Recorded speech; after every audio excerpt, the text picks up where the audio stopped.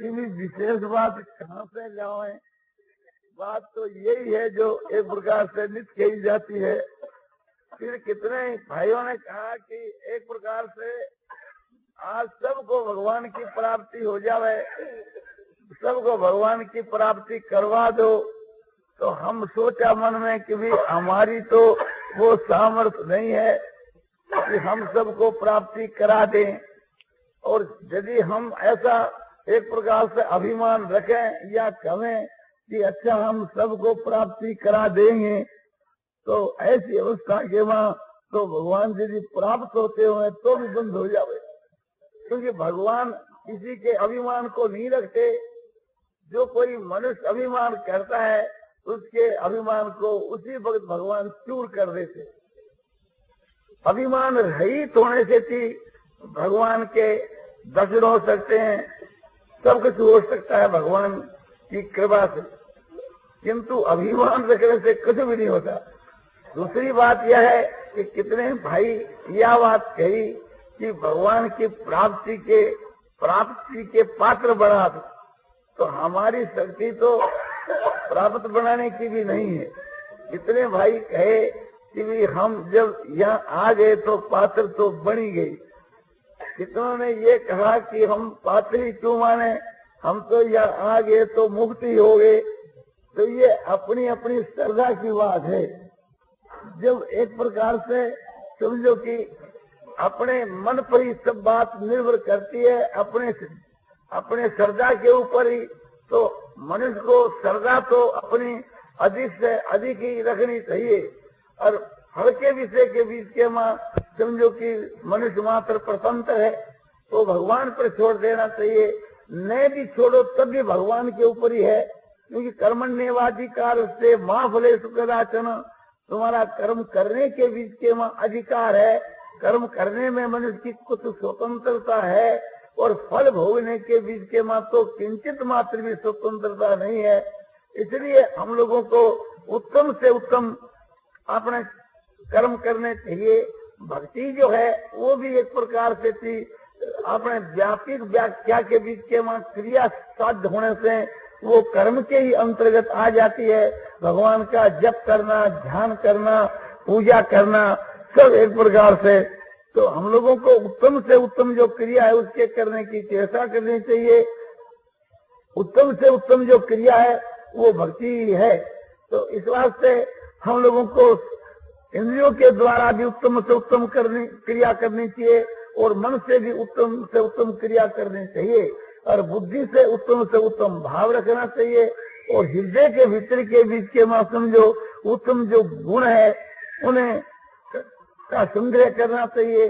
और ये भी होता है कि भगवान की अनन्य भक्ति करने से थी, केवल भगवान की अनन्य भक्ति करने से थी ये सारी बातें उसके वहां आप ही आ जाती है।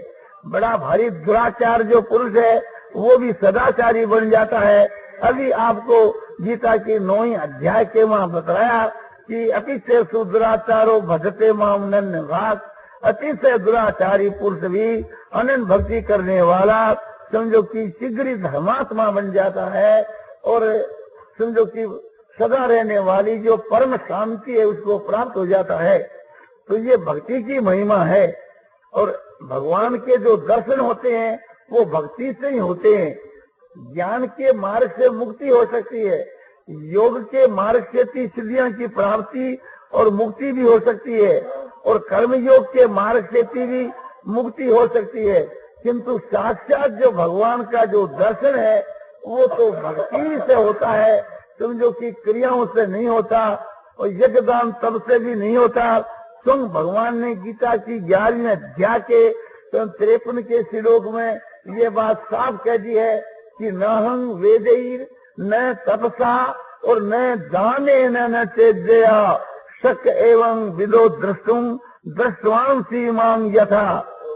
हे अर्जुन, जिस प्रकार से तू मुझको देख चुका है इस प्रकार का दर्शन न तो मैं वेद के पढ़ने से या न वेदों के द्वारा दे सकता हूँ और न जग से, न दान से और न तप से।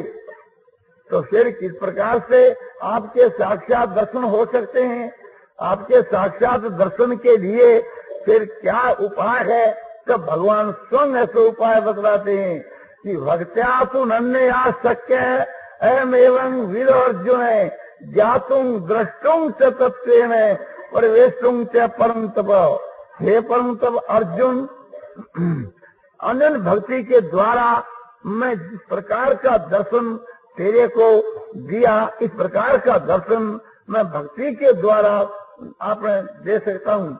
यानी भक्ति के द्वारा मेरा साक्षात सगुण साकार रूप का दर्शन भी मनुष्य कर सकता है। और मैं क्या वस्तु हूँ उसे मेरे को तत्व से भी ऐसा मनुष्य जान सकता है। मेरा जो साकार निराकार सगुण निर्गुण जो स्वरूप है उसको यथार्थ रूप से ज्यों का त्यों जानना चाहे तो अनन्य भक्ति से जान सकता है।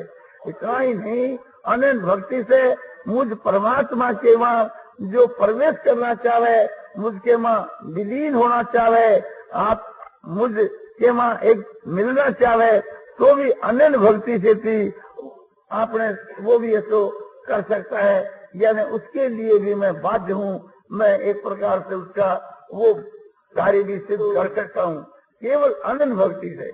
उस अनन्य भक्ति को कहते हुए भगवान 11वीं अध्याय के 55 के श्लोक में कहते हैं कि मत कर्म किर्ण मत परमो मत भगत संग वर्जित निर्वैर सर्वभूतेषु यस्य मामेति पांडव।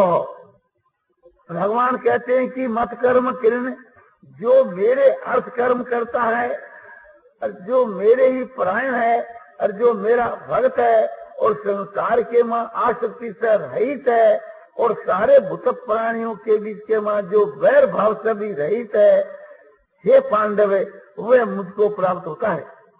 तो 3 बात को ग्रहण करने के लिए और 2 बात त्यागने के लिए भगवान ने इस गीता की 11वीं अध्याय के अंत के माँ अनन्य भक्ति के विषय में कही, अनन्य भक्ति का स्वरूप बतलाया। उसमें 3 बात को ग्रहण करने के लिए 3 कौन सी? एक तो या की मत कर्म कृण, और एक या की मत परमा, और एक या की मत भक्त। ये 3 को ग्रहण करने के लिए और 2 त्यागने के लिए कि एक तो सारे संसार के माँ समझो आसक्ति का त्याग करना, आसक्ति से रहित होना, और एक जो है तो समझो कि बैर का त्याग करना। बैर चीज जो है वो द्वेष का ही मोटा कार्य है, इसलिए भगवान राग और द्वेष के त्यागने के लिए कहते हैं। और समझो कि 3 बात धारण करने के लिए तो मत कर्म करने का यह अभिप्राय है कि तेरी सारी जो क्रिया जो है वो मेरे लिए होनी चाहिए और किसी काम के लिए नहीं।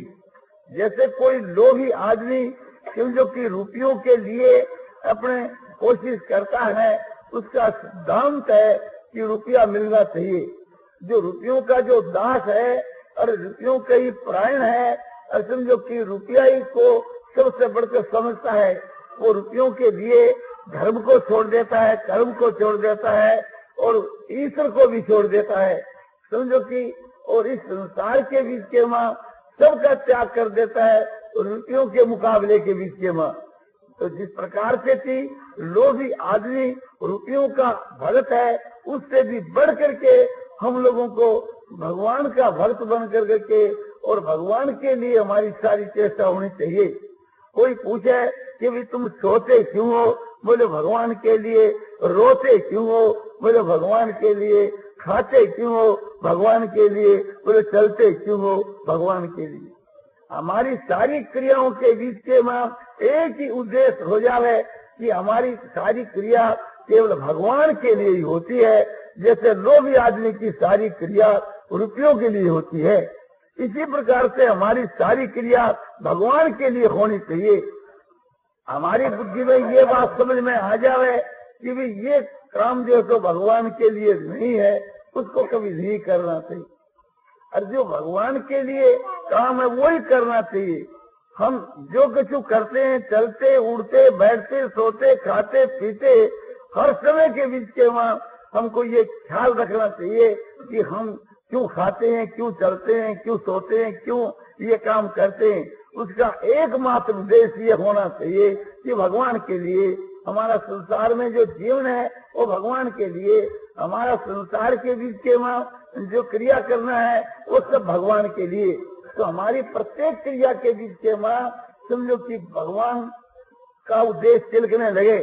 जब ऐसा भाव होगा तो समझो हमारी सारी क्रिया जो है जब हमारी भगवत के लिए होने लगेगी तो सारी क्रिया के बीच के वहाँ जो है तो समझो कि हृदय के भाव से भगवान दिखने लगेंगे, हृदय के भाव से।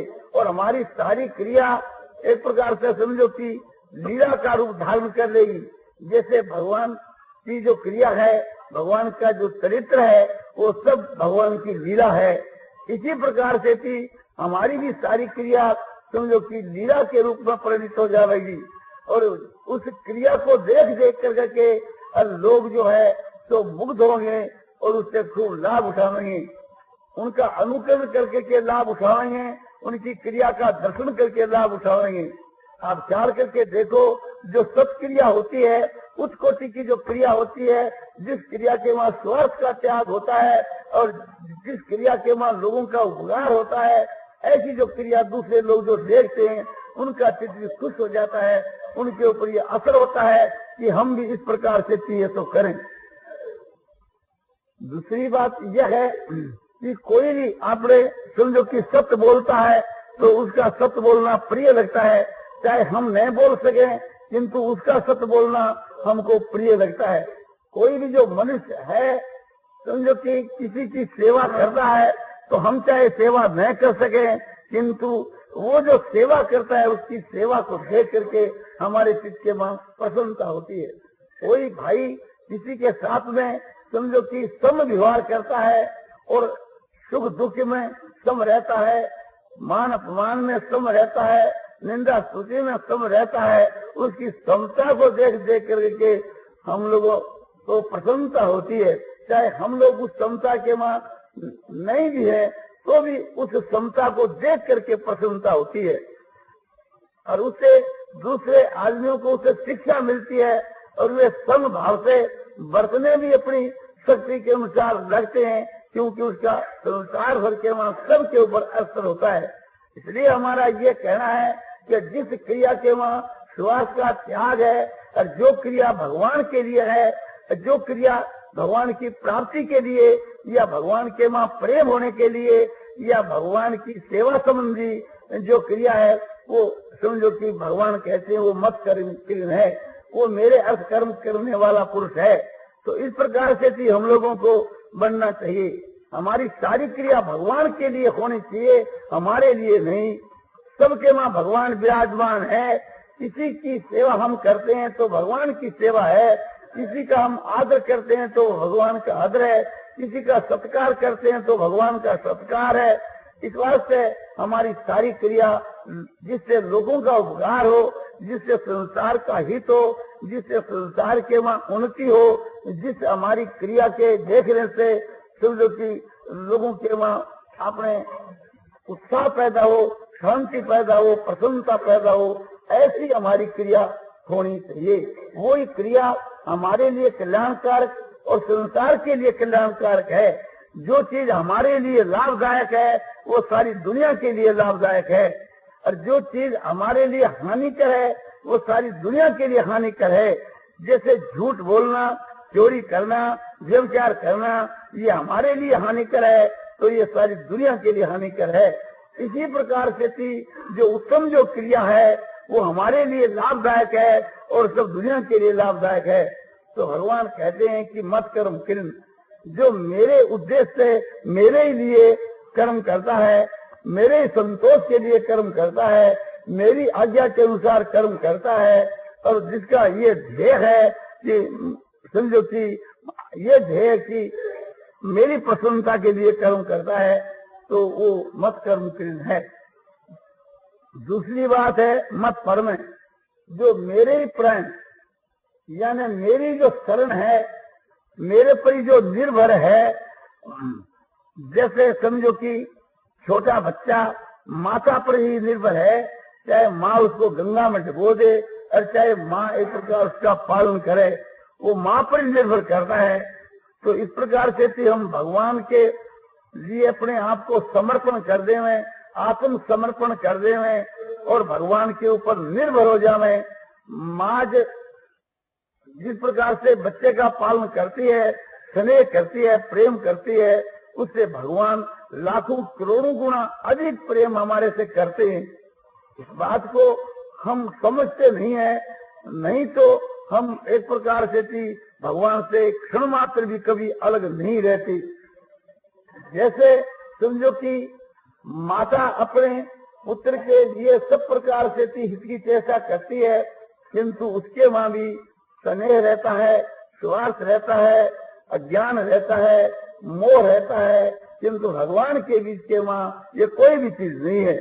इस वास्ते भगवान जो माता है सबकी, उसके वहां जो दया है, उसमें जो प्रेम है, उसके बीच के वहां जो भाव है, वो लाखों करोड़ों माताओं का हृदय इकट्ठा करके समझो कि मिसाल की जाए तो नहीं हो सकती।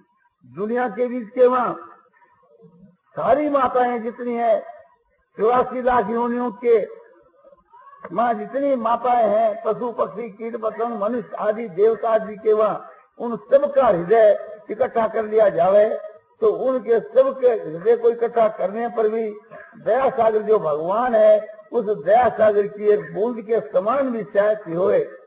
ऐसा जो दयालु, ऐसा जो प्रेमी, प्रेम के पुण्य सारी दुनिया के बीच के माँ प्रेम नाम से जो धातु आपको दिख रही है, असली जो प्रेम स्वरूप जो भगवान, उसके प्रेम के एक अंश का जिनका मात्र प्रतिबिंब मात्र है, आभास मात्र है। तो इस प्रकार से समझना चाहिए कि ये एक प्रकार से कुछ भी नहीं है, किंतु ये हमारे को विश्वास होना चाहिए। जब हमारे को ये विश्वास हो जाएगा तो हम भगवान के लिए पागल के माफक हो जाएंगे। हमारा समझो कि खान पान का ज्ञान नहीं रहेगा, हम एक प्रकार से भगवान भगवान करते रहेंगे और बिना भगवान मिले हमारे को चैन नहीं पड़ेगी कि हम समझ जाएंगे, कुछ भी समझ जाए कि भगवान इतने दयालु और इतने प्रेमी हैं, तो उसकी शरण तो स्वाभाविक हो जाएंगे हम। तो भगवान कहते हैं कि जो मेरे प्राण है, समझो कि जो मेरे प्राण है वह मुझको प्राप्त होता है। तो भगवान की सब प्रकार से शरण हो जाना, सब प्रकार से शरण कैसे कि वाणी से, शरीर से, मन से, वाणी से उसके नाम का हम जप करें तो वो शरण के अंतर्गत है। किंतु ऊंचे दर्जे की जो शरणागत है वो तो ऐसी है कि जब भगवान के प्राण हो जाता है तो उसके द्वारा फिर कभी जब छूटता ही नहीं। और वो भगवान के जब प्राण हो जाता है तो उसके मन के कितना ही कोई विपरीत कार्य आकर के प्राप्त हो, उसको तो उसमें आनंद ही आनंद प्रतीत होता है, शांति शांति प्रतीत होती है। जैसे प्रहलाद भक्त जो है भगवान की शरण हो गया था, भगवान के प्राण हो गया था, तो उसके समझो कि सब दुनिया के विपरीत उसके ऊपर अत्याचार होने लगे, उसके मन के विरुद्ध, इंद्रियों के विरुद्ध, शरीर के विरुद्ध उसके ऊपर समझो अत्याचार होने लगे। किंतु प्रहलाद तो हंस रहे। प्रहलाद ये समझते थे कि ये जो कुछ हो रहा है सब मालिक की नजर में है, मालिक के हुक्म से है, मालिक का भेजा हुआ पुरस्कार है, तो मैं किससे डरूं। तो मालिक उसके वहां विराजमान है और मालिक उसके वहां सिर्फ वहां मुझको दर्शन दे रहा है। एक प्रकार से ये उसका भाव था। उसको आग में डाल दिया गया और अग्नि के वहां बैठा हुआ शांत चित्त से है। हिरण्य किसी को पूछता है, अरे प्रहलाद ये क्या बात है, ये अग्नि भी तुम्हारे को नहीं जला, तुम अग्नि में भी नहीं जलता, ये बात क्या है। बोले पिताजी ये अग्नि जो है मुझको शीतल चंदन के समान प्रतीत हो रही, और ये अग्नि जो है समझो कि इस अग्नि के भीतर के मां भी उनको साक्षात भगवान दिख रहे हैं, तो भगवान उसको कैसे जलावे। तो जब मनुष्य का ऐसा भाव हो जाता है, सब जगह भगवान दिखने लग जाते हैं, तो ये उसका कोई कुछ भी नहीं कर सकता। जातो राखे साइया मारन सके न को, और बालन बाका कर सके जो जग बैरी हो। जिसको परमात्मा रखता है, परमात्मा जिसकी रक्षा करता है, उसको कोई भी संसार के बीच के मां नहीं मार सकता। सारी दुनिया के लोग उसके दुश्मन हो जावे तो उसका जो बाल है उसका केस ये बात प्रहलाद के माँ आप प्रहलाद के जीवन के माँ प्रत्यक्ष देख सकते हैं। तो प्रहलाद की माफक हमको भगवान के शरण हो जाना चाहिए, भगवान के लिए अपने आप को छोड़ देना चाहिए और फिर समझो कि हंसते रहना चाहिए। भगवान की प्रत्येक क्रिया लीला को देख देख करके हंसते रहना चाहिए। अपने द्वारा फिर जो भी कुछ होगा समझो कि वो उत्तम से उत्तम होगा। जब भगवान की हम शरण हो जाएंगे, अपने मन बुद्धि इंद्रियों को भगवान के समर्पण कर देंगे, तो हम भगवान की कठपुतली बन जाएंगे। तो हमारी सारी क्रिया जो है तो समझो कि भगवान के ही द्वारा होगी। जैसे कठपुतली है और सूत्रधार उसको नचाता है, जो नचाता है यूं वो नाचती, उसमें अपना समझो कि कुछ भी नहीं, वो तो काठ की पुतली है, उसमें अपना क्या होता। और उसका जो शरीर है वो भी सूत्रधार के समर्पण है। वो किसी कठपुतली को तो जिता देता है और किसी को हरा देता है।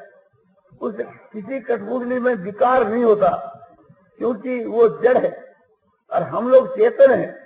और चेतन होकर के उस जड़ के समान हो जावे, परमात्मा को समर्पण कर देवे और फिर परमात्मा के द्वारा हमारा संचालन होए, उसके द्वारा हमारे के क्रिया की जो चेतनता आवे, वो चेतनता एक दिव्य है, एक अलौकिक है, वो भगवान की भेजी हुई है। वो चेतनता सबका कल्याण करने वाली है, केवल हमारा ही नहीं। क्योंकि वो चेतनता समझो कि भगवान की भेजी हुई है, इसलिए एक प्रकार से थी वो अलौकिक है।